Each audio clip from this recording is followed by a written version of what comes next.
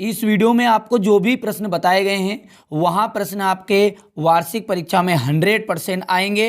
तो सबसे पहला प्रश्न है आपका, जैव विविधता किसे कहते हैं।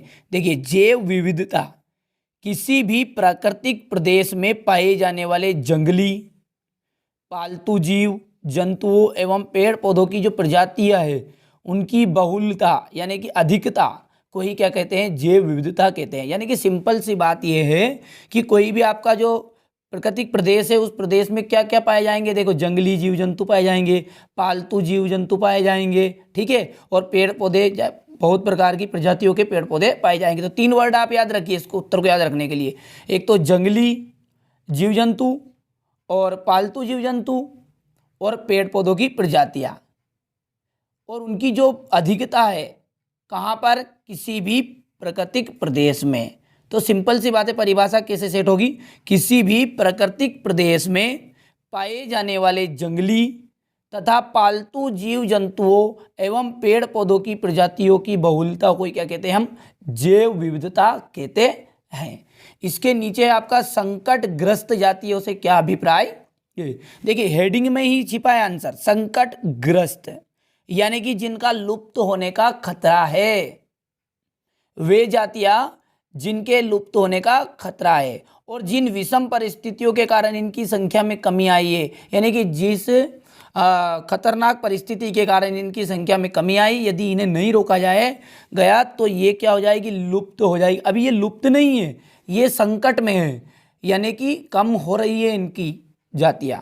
तो संकटग्रस्त जाति एक परिभाषा, ये वे जातियां हैं जिनके लुप्त होने का खतरा है, जिन विषम परिस्थितियों के कारण इनकी संख्या में कमी हुई, उसे नहीं रोका गया तो ये एक दिन लुप्त हो जाएगी।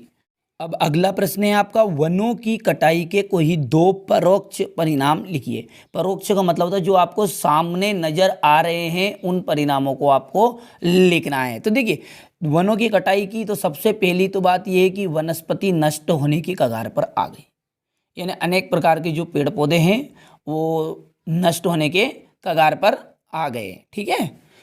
दूसरा, जानवरों की जातियां भी लुप्त होने की कगार पर है। सिंपल सी बात है, 2 परोक्ष परिणाम तो आपके सामने हो गए। कैसे कि वनस्पतियां नष्ट होने की कगार पर है और जानवरों की जातियां भी लुप्त होने की कगार पर है। यदि आप भूल जाए तो तीसरा आप लिख दीजिएगा, जो वनों पर आधारित समुदाय है, यानी ऐसे लोग जिनका रोजी रोटी किससे चलती थी, वन से चलती थी, वो कैसे हो रहे हैं, निर्धन होते जा रहे हैं। क्योंकि देखिए, वनों की कटाई हो रही तो वो तो दिनों दिन क्या होते जा रहे हैं, गरीब बनते जा रहे हैं। अगला है, भारत में जैव विविधता को कम करने वाले कोई 2 कारण लिखिए। तो भारत में जैव विविधता को कम करने के कारण, नंबर 1 है, फर्नीचर के लिए लकड़ी की मांग बढ़ी हुई है, यानी जिसके कारण क्या है, पेड़ कटे हैं। ये क्या बोल रहा है, देखिए, जैव विविधता किसे कहेंगे, जो हमारे प्राकृतिक प्रदेश में पाए जाने वाले जीव जंतु पेड़ पौधे की जो बहुलता है, अधिकता, यानी कि ज़्यादा ज़्यादा पेड़ पौधे पाए जा रहे हैं और ज़्यादा ज़्यादा जीव जंतु है, तो उसे क्या कहते हैं हम, जैव विविधता। अब उनको कम होने के कारण लिखने, तो कम क्या है कि देखिए, फर्नीचर के लिए लकड़ी की मांग की बढ़ी, जिसके कारण क्या हुआ, पेड़ कटे। दूसरा, कृषि के लिए जंगलों को साफ किया गया, उसके कारण भी क्या हुआ, जैव विविधता कम हुई, ठीक है। तो आप लिख दीजिएगा, फर्नीचर के लिए लकड़ी की मांग बढ़ी जिससे पेड़ कटे और कृषि के लिए जंगलों को साफ किया गया।